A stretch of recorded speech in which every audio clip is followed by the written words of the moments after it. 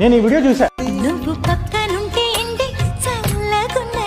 First time ఇతను చూడగానే sir మీరు మేడమా అని అడగాలనిపించింది. సరే ఇతను యూట్యూబ్ లో ట్రెండింగ్ లో ఉన్నాడు కదా, ఇతను గురించి తెలుసుకుని మీకు కూడా చెప్తాం అనుకుని ఈ వీడియో అయితే చేస్తాం. ఈ వీడియోలో ఇతని గురించి ఫుల్ డీటెయిల్స్ అయితే చెప్తాను. వీడియో చూసే ముందు మన తెలుగు వాళ్ళైతే ఛానల్ ని పక్కా సబ్స్క్రైబ్ చేసుకోండి. ఇతని పేరు రియస్ సలీం. హోమ్ టౌన్ వచ్చేసి కరికోడ్, కేరళ.